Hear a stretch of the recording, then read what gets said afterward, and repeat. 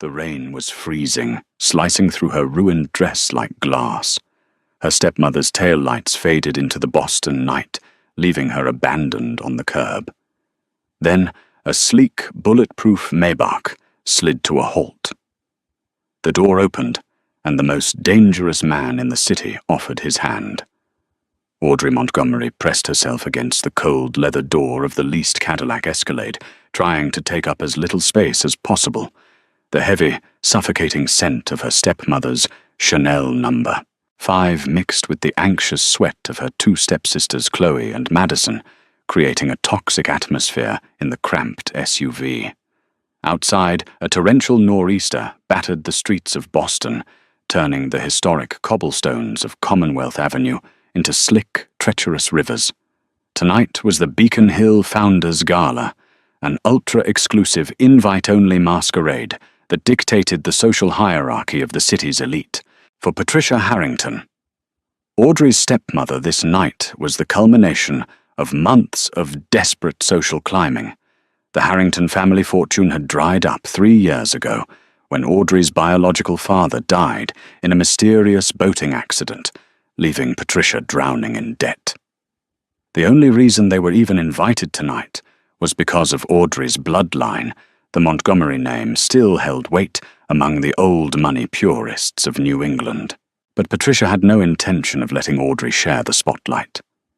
"Don't breathe so heavily, Audrey, you're fogging up the windows," Patricia snapped from the front passenger seat, adjusting her diamond earrings in the visor mirror. The diamonds were fake, but Patricia wore them with terrifying conviction. "I'm sorry," Audrey murmured, her fingers nervously twisting the fabric of her dress. It was a pale sapphire chiffon gown she had spent the last 3 weeks altering by hand, salvaged from a vintage thrift store in Cambridge. It was nothing compared to the $5,000 designer gowns her stepsisters wore, but for once Audrey felt beautiful. That was her first mistake. "Mother, she's stepping on my train!" Chloe shrieked suddenly violently, yanking her crimson silk skirt away from Audrey's scuffed heels. There was a loud, sickening rip. The Escalade fell dead silent. The sound of the windshield wipers suddenly seemed deafening. Chloe stared at the 2-inch tear at the hem of her gown, her face contorting into a mask of pure rage. "You ruined it. You clumsy, useless brat. You ruined my night. I didn't even move, Chloe, I swear!" Audrey pleaded, pressing herself harder against the door. "It was just caught under your own heel." "Pull over, Richard," Patricia commanded the driver, her voice dropping to a dangerous, icy whisper. "Ma'am, we're in the middle of a flood warning," the hired driver protested, glancing at the relentless sheets of rain pounding the windshield. "There's no shelter here." "I said pull the car over," Patricia barked. The Escalade swerved aggressively to the right tires, scraping against the wet curb before jerking to a halt in front of a darkened iron-gated park. Patricia turned around in her seat, her perfectly manicured hand pointing at the door next to Audrey. "Get out." Audrey's heart plummeted into her stomach. "Patricia, please. We're miles from the estate. I don't have my phone. I don't have an umbrella. I don't even have my coat. It's freezing outside."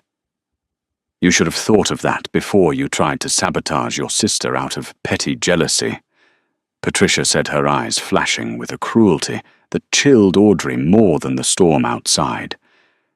"You were only coming to scan your invitation at the door anyway. We'll tell the host you fell ill. Now get out of this car before I have Richard throw you out." Madison, sitting on the other side of Chloe, let out a mean, muffled giggle behind her hand. Tears pricked Audrey's eyes, but she refused to let them fall.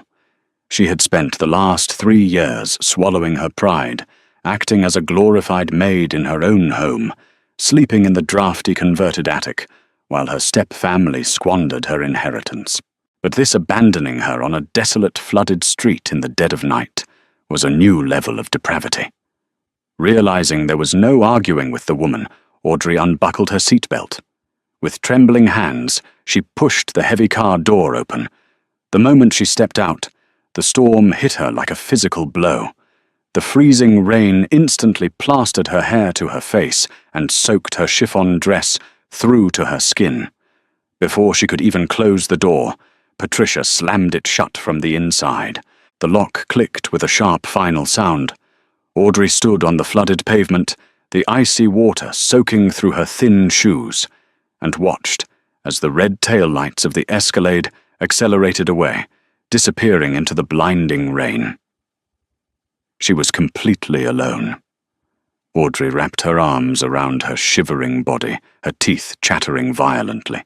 The streetlights flickered above her, casting long, eerie shadows across the deserted sidewalk. She began to walk, having no destination in mind, just knowing she had to keep moving, or she would freeze to death.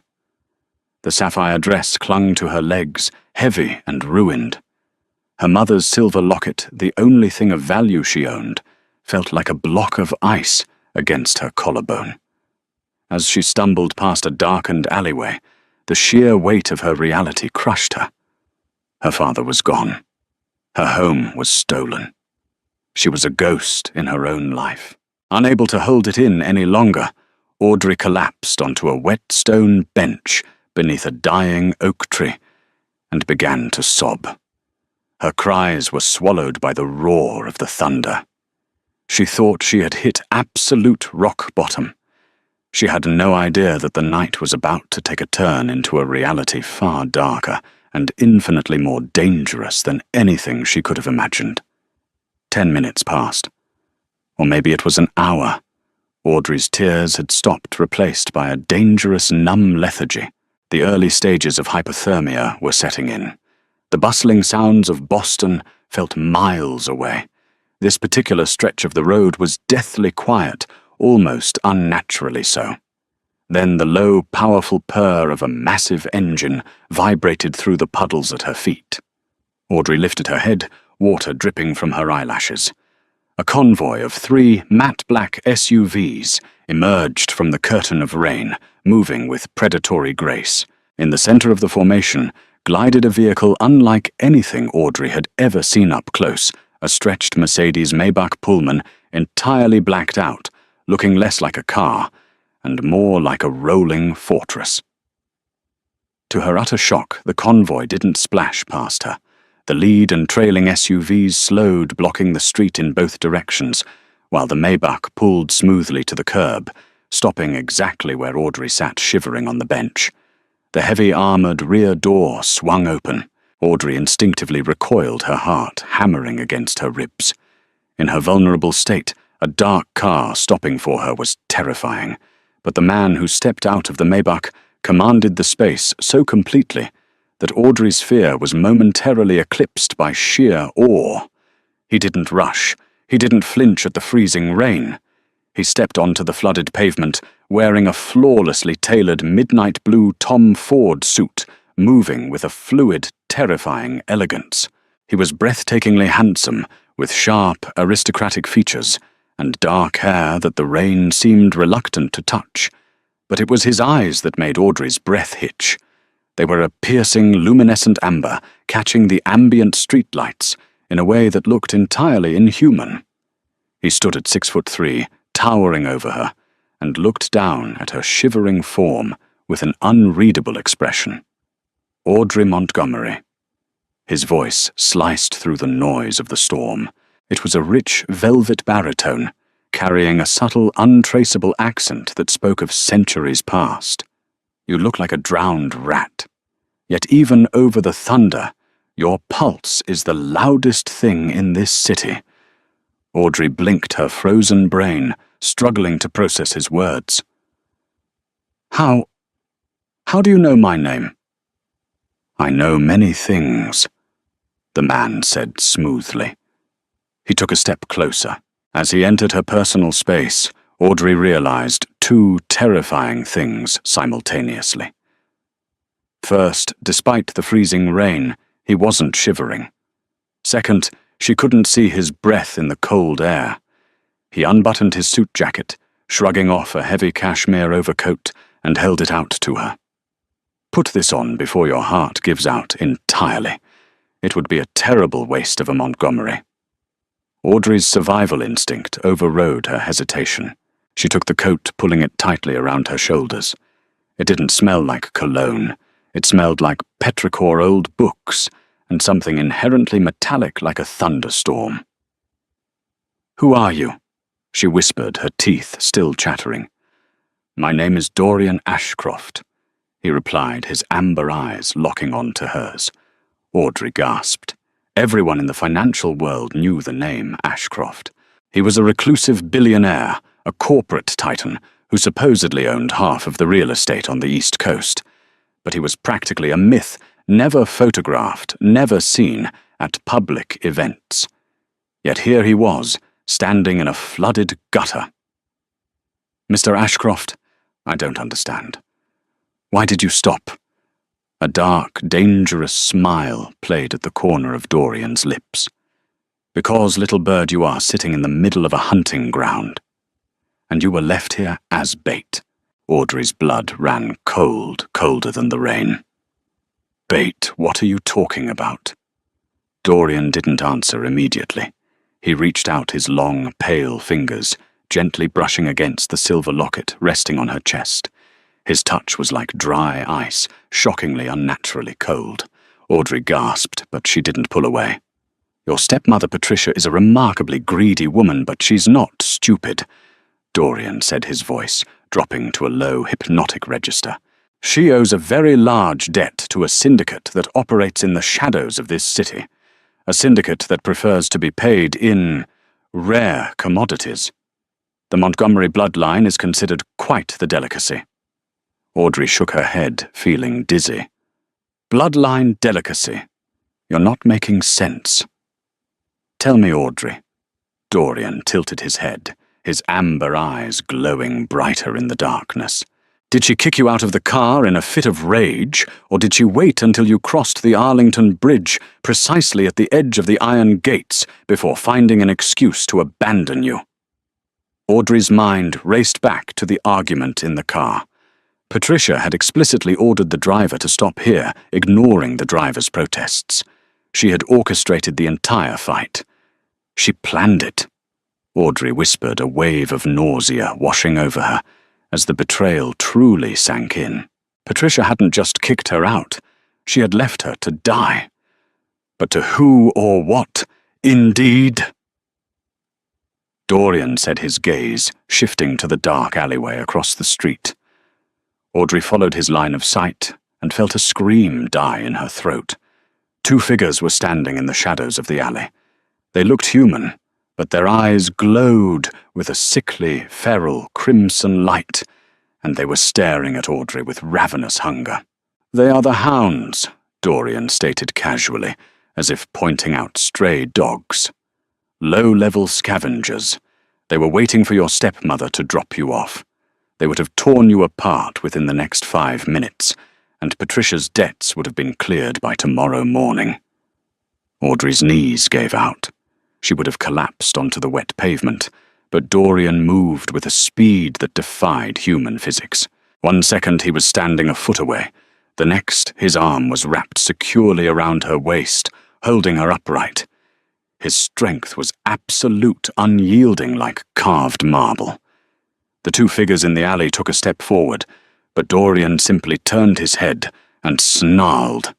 It was a terrifying guttural sound that vibrated in Audrey's chest.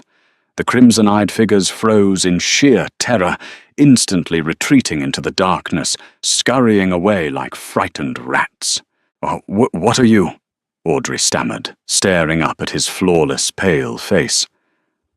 "I am the reason monsters check under their beds," Dorian replied softly. He looked down at her, his expression softening just a fraction. "And tonight, I am your escort." He effortlessly guided her toward the open door of the Maybach. "Get in, Audrey." "Where are we going?" she asked, clutching his heavy coat around her, stepping into the warm, incredibly luxurious interior of the vehicle. Dorian slid in next to her, tapping his knuckles against the privacy glass, separating them from the driver.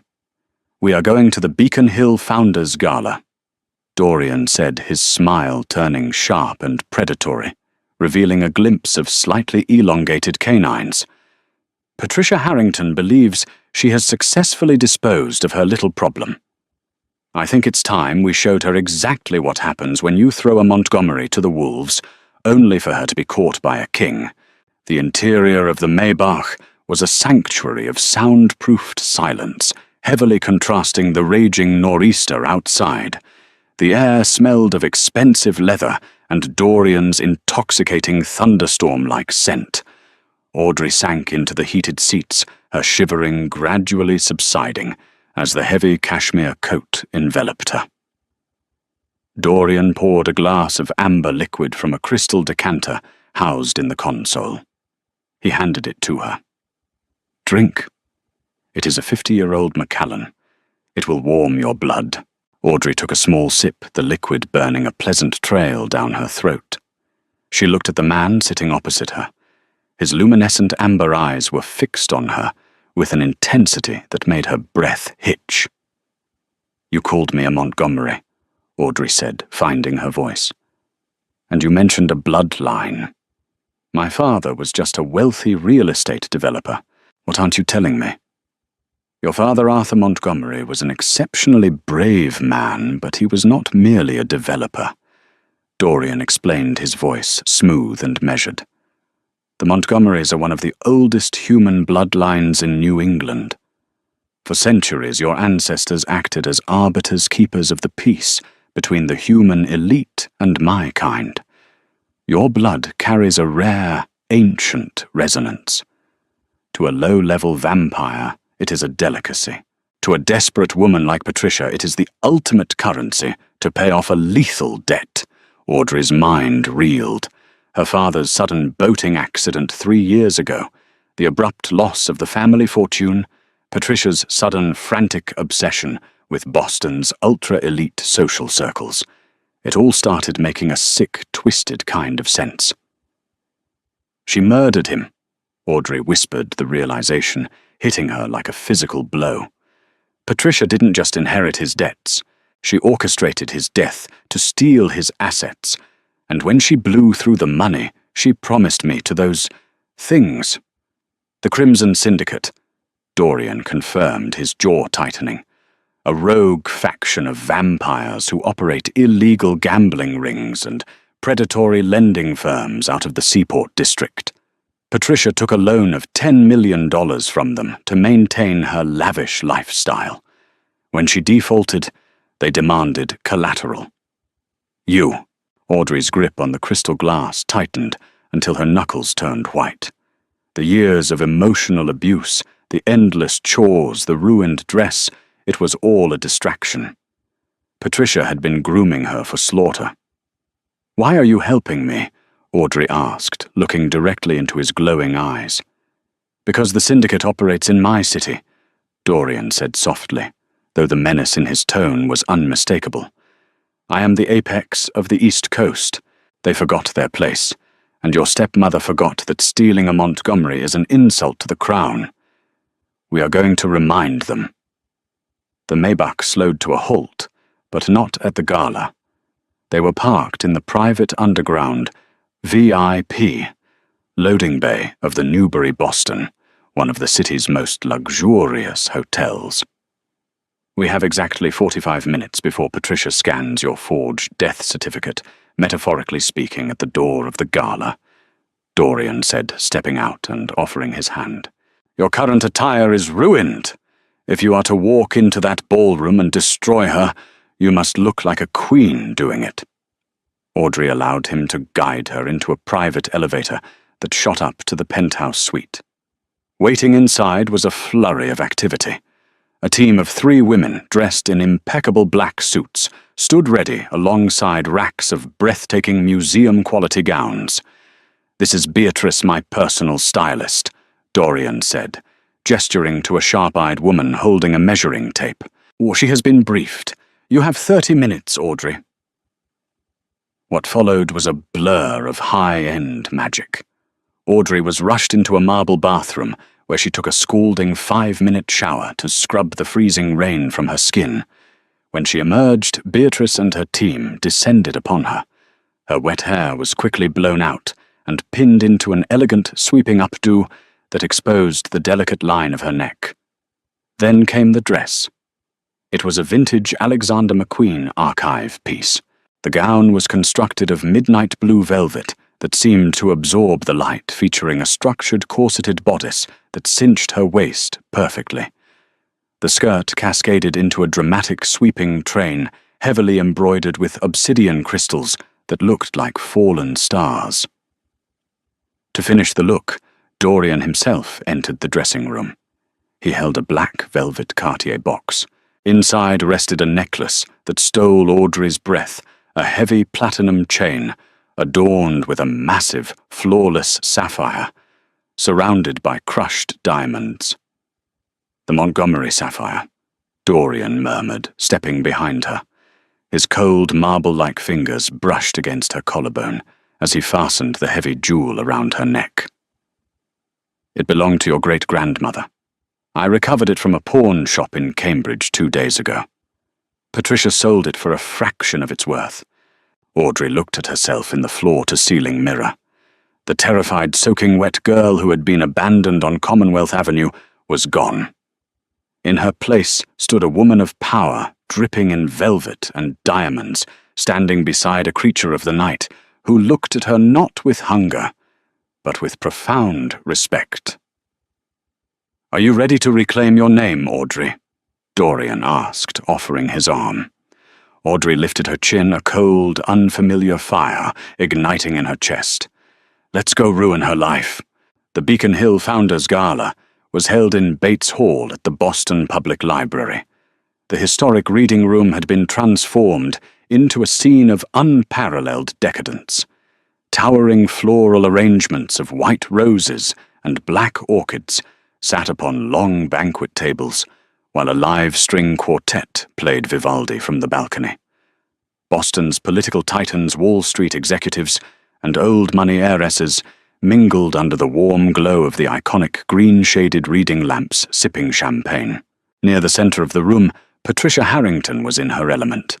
She wore a gaudy silver sequined gown, laughing loudly at a joke made by a prominent Massachusetts senator. Flanking her were Chloe and Madison, both looking smug and victorious. "It's just such a tragedy," Patricia was saying to the senator, pressing a hand to her chest in mock sorrow. "My poor stepdaughter Audrey. She was stricken with a terrible fever, just as we were leaving the estate. The doctor says she might not make it through the night. It breaks a mother's heart, but she insisted we attend." "How brave of you, Patricia," the senator said sympathetically. "We are just trying to stay strong for her." Chloe chimed in, taking a delicate sip of her champagne. At that exact moment, the heavy oak doors at the entrance of Bates Hall slammed open with a deafening crack that echoed across the vaulted ceilings. The string quartet squeaked to a halt. The low hum of 100 conversations died instantly. Every head in the room turned toward the entrance. Standing in the doorway was Dorian Ashcroft. The sheer, terrifying aura of the billionaire commanded immediate, absolute silence. He was a phantom of the financial world, a man who could crash markets with a phone call, yet no one had seen him in public for a decade. But it was the woman on his arm that sent a shockwave of whispers rippling through the elite crowd. Audrey Montgomery stepped into the light, the Alexander McQueen gown, making her look like a dark, vengeful goddess. The Montgomery sapphire rested heavily on her chest, catching the chandelier light and flashing a brilliant, condemning blue. Patricia's champagne flute slipped from her fingers, shattering against the marble floor. All the color drained from her face, leaving her a sickly, chalky white. "Audrey," Madison stammered, stepping backward into a waiter and sending a tray of hors d'oeuvres crashing to the floor. Dorian and Audrey did not rush. They walked down the center aisle of Bates Hall with a slow, predatory grace. The crowd parted for them, like the Red Sea people practically holding their breath as they passed. They stopped directly in front of Patricia. "Good evening, Patricia," Audrey said, her voice perfectly steady, carrying through the dead, silent hall. "I seem to have recovered from my fever." Patricia's mouth opened and closed like a fish. She looked from Audrey to Dorian, sheer terror finally breaking through her meticulously crafted facade. "Mr. Ashcroft, this is a misunderstanding. Audrey is unwell. She shouldn't be here. The only disease afflicting this woman is the parasite that has attached itself to her family name." Dorian's velvet voice resonated through the room. "A parasite named Patricia." He snapped his fingers. From the shadows near the entrance, 2 men in sharp suits stepped forward, carrying heavy leather briefcases. They were not human. Their movements were too smooth, their eyes too perfectly still. "Patricia Harrington." Dorian continued, his amber eyes flaring with a dangerous light that made several nearby guests instinctively step back. "You owe $10 million to the Crimson Syndicate. But you see, Patricia, the Syndicate no longer exists. I liquidated their assets an hour ago. That means your debt belongs to me." Patricia let out a strangled gasp, clutching the edge of a table for support. Chloe began to cry, her perfect makeup running down her face. I can pay you," Patricia pleaded, abandoning all dignity. "I have the Montgomery estate. I have the trust funds. I can sign them over to you tonight." "You cannot sign over what you do not own," Dorian said coldly. He gestured to one of his men who opened the briefcase and pulled out a stack of documents bearing the seal of the State Street Corporation. "These are the financial records you tried to bury. Evidence of wire fraud, embezzlement, and forged signatures regarding the late Arthur Montgomery's will. Your accounts have been frozen by federal authorities as of 10 minutes ago. Your house is currently being seized. You are completely, irrevocably bankrupt." The whispers in the room erupted into a cacophony of scandalized gasps. The high society of Boston was witnessing the public execution of the Harrington family. "You can't do this!" Chloe shrieked, pointing a trembling finger at Audrey. "She's nothing. She's just a maid." Dorian moved so fast that human eyes couldn't track it. 1 second he was standing beside Audrey, and the next he was inches from Chloe's face, looming over her, with a monstrous, terrifying aura. "Speak to her with that tone again, and I will rip out your tongue and feed it to the stray dogs on Commonwealth Avenue." Dorian whispered to the sound, vibrating with a low, inhuman growl. Chloe whimpered and collapsed to her knees, hiding her face in her hands. Dorian smoothly stepped back to Audrey's side, adjusting his cuffs. He looked down at Patricia, who was now weeping openly, her fake diamonds looking pathetic in the grand hall. "The police are waiting for you outside," Dorian stated. "However, there are also a few former members of the syndicate waiting in the alley behind the library. They are quite hungry. I suggest you take your chances with the authorities. Run." Patricia didn't need to be told twice. Sobbing hysterically, she grabbed her 2 daughters by their arms, and the 3 of them practically crawled over themselves to flee towards the exit, their designer gowns dragging in the spilled champagne. The heavy oak doors closed behind them, leaving a stunned, breathless silence in Bates Hall. Audrey watched them go, a profound sense of closure washing over her. The heavy, suffocating weight she had carried for 3 years evaporated into the air. She was free. Her father was avenged. Her home was hers again. Dorian turned to the bewildered string quartet in the balcony. "Play," he commanded gently. The musicians, terrified, but professional, immediately launched into a sweeping, romantic waltz. Dorian bowed slightly, offering his hand to Audrey. The amber glow in his eyes had softened, replaced by a deep, ancient affection. "May I have this dance, Miss Montgomery?" Audrey looked at the hand that had pulled her from the freezing rain, the hand that had restored her empire and crushed her enemies in a single night. She placed her hand in his, stepping into his arms. "You may, Mr. Ashcroft." Audrey smiled, the Montgomery sapphire glowing brilliantly against her chest. As they swept across the marble floor of the Boston Public Library, surrounded by the awestruck elite, Audrey knew her life would never be simple again. She was bound to a creature of the night, a king of shadows. But as he pulled her closer, his cold embrace felt like the safest place in the world. Did you love this dramatic twist of fate?